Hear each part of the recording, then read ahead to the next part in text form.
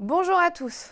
Les marchés du crédit, tout comme la plupart des actifs risqués, ont enregistré des performances exceptionnelles en janvier, alimentées par une compression des taux et des primes de risque.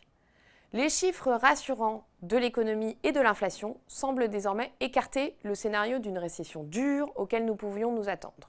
Janvier a été un mois record pour le segment Investment Grade en termes d'émissions sur les marchés primaires, principalement sous l'impulsion des banques qui doivent financer à la fois les retombées de TLTRO de la BCE et leurs besoins de financement réglementaire.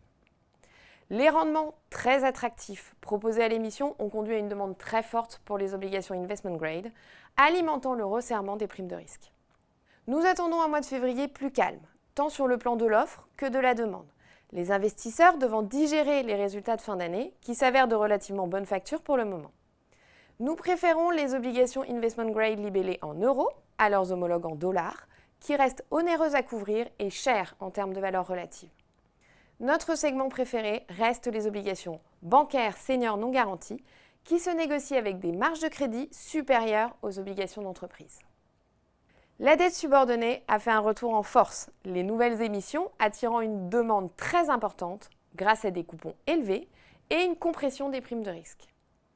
La plupart des CoCo Additional Tier 1 se négocient à nouveau sur leur prix de rappel. La progression la plus importante a été enregistrée par les obligations court terme, les émetteurs commençant à préfinancer leur prochain calendrier de rappel anticipé, ce qui a soulagé la classe d'actifs. Les nouvelles obligations émises offrent des coupons en moyenne supérieurs à 8%. L'offre d'obligations hybrides d'entreprise reçoit également une réponse massive de la part des investisseurs. Les émissions primaires réévaluant parfois positivement les courbes de rendement sur le marché secondaire. Nous ne voyons aucun signe d'indigestion pour le moment sur le segment des dettes subordonnées, mais nous devenons tactiquement plus neutres suite au rallye important de ce début d'année.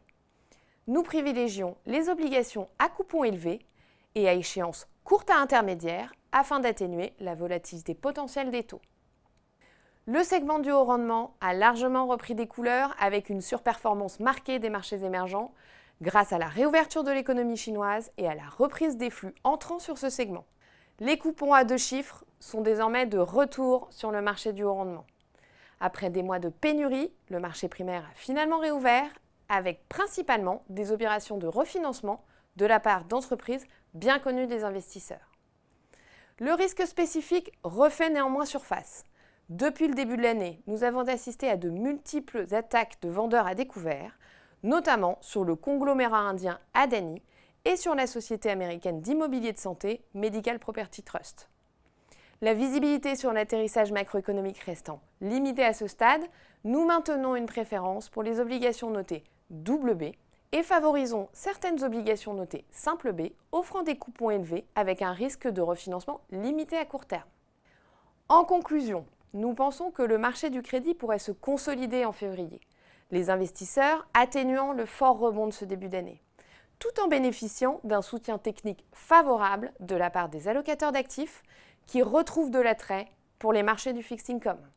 Merci pour votre attention.